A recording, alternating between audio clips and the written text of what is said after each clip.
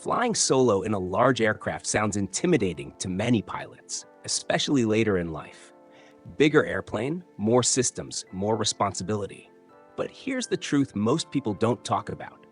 Some large aircraft are actually easier, calmer, and safer to fly alone than smaller, twitchy planes. Today we're talking about the top 10 best large aircraft for solo flying. These are airplanes that don't fight you, don't rush you, and don't overload you. They're stable, predictable, and designed to reduce workload. Exactly what solo pilots, especially experienced and retired ones, truly need. And as we go through this list, I want you thinking about one thing. Is bigger actually safer and easier? Or does it just feel that way? Drop your thoughts in the comments as we go. Let's start. Number 10, Cessna 206 Stationair. The Cessna 206 is one of the most underrated solo airplanes ever built. On paper, it's a big, heavy, 6-seat utility aircraft. In the cockpit, it feels calm, slow-paced, and extremely honest. The controls are heavy enough to smooth out turbulence, but not exhausting. The high wing gives fantastic visibility and stability. Trim it properly, and the airplane practically flies itself. For solo pilots, the real advantage is mental bandwidth. The 206 doesn't demand precision flying every second. It gives you time to think, plan, and stay ahead of the airplane.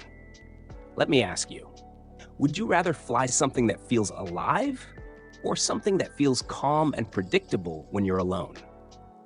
Number 9. Piper Saratoga. The Saratoga is comfort and mass working in your favor. It's wide, stable, and extremely well-mannered. As a solo pilot, you're not wrestling the airplane, you're managing it.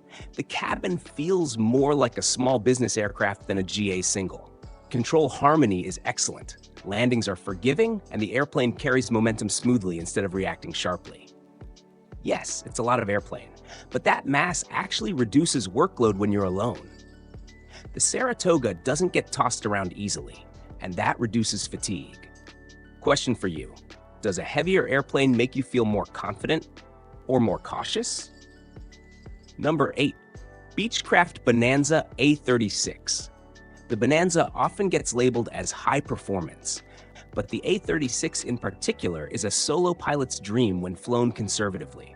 It's stable, refined, and beautifully balanced. Control inputs are smooth and precise.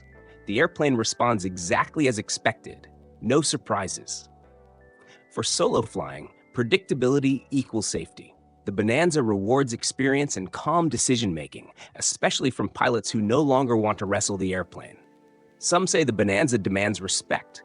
I'd argue it earns trust. Where do you stand on that?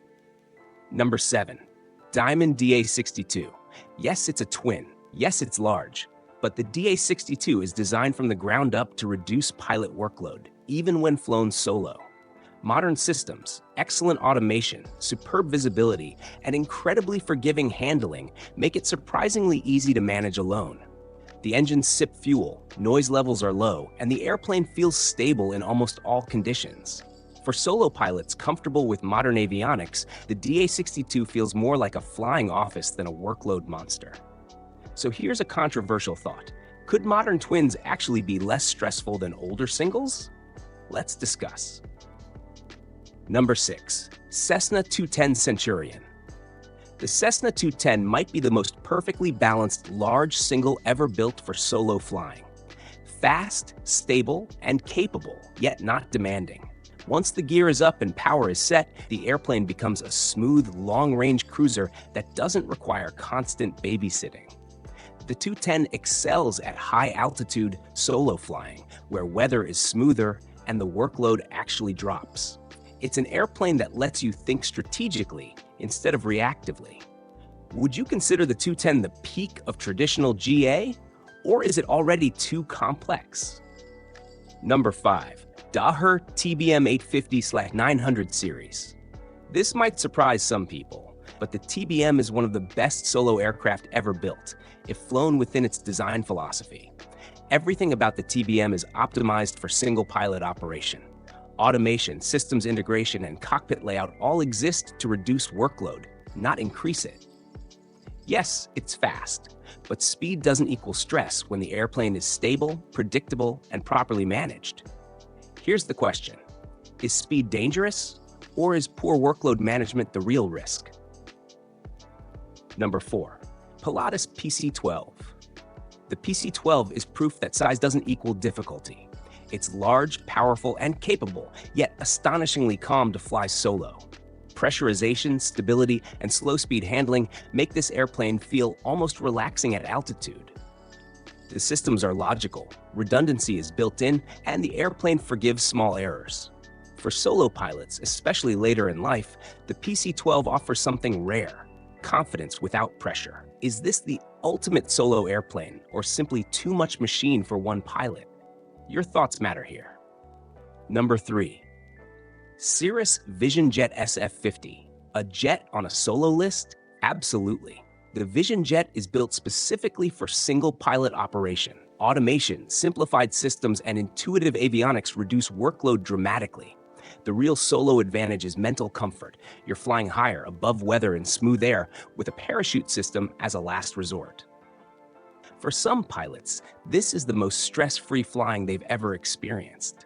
But is relying on automation a strength or a weakness? Let's talk about that below. Number 2. King Air 200-250, owner-flown. In owner-flown configurations, the King Air can be surprisingly manageable solo. When flown conservatively, it's stable, incredibly robust, and designed to fly long legs smoothly. Turboprops don't quit easily, and that reliability adds mental comfort when flying alone. Of course, training matters here, but with discipline, the King Air becomes a platform of confidence, not fear. Would you ever feel comfortable flying something this big alone? Or is this crossing a line? Number 1. Cessna Caravan. The Caravan takes the top spot for one simple reason: it doesn't care if you're alone. Big wing, massive stability, slow speeds, forgiving handling, and simple systems. The Caravan was built to be flown single pilot in harsh conditions, and that shows. It gives you time to think, time to correct, time to stay ahead. For solo pilots, especially those who value calm over speed, the Caravan is one of the safest feeling airplanes in the sky. So now let's bring this home. Is solo flying in a large aircraft safer because of stability and systems, or riskier because of complexity and responsibility? And more importantly, what would you choose to fly alone today? Write it in the comments. This conversation helps every pilot thinking about their next chapter in aviation.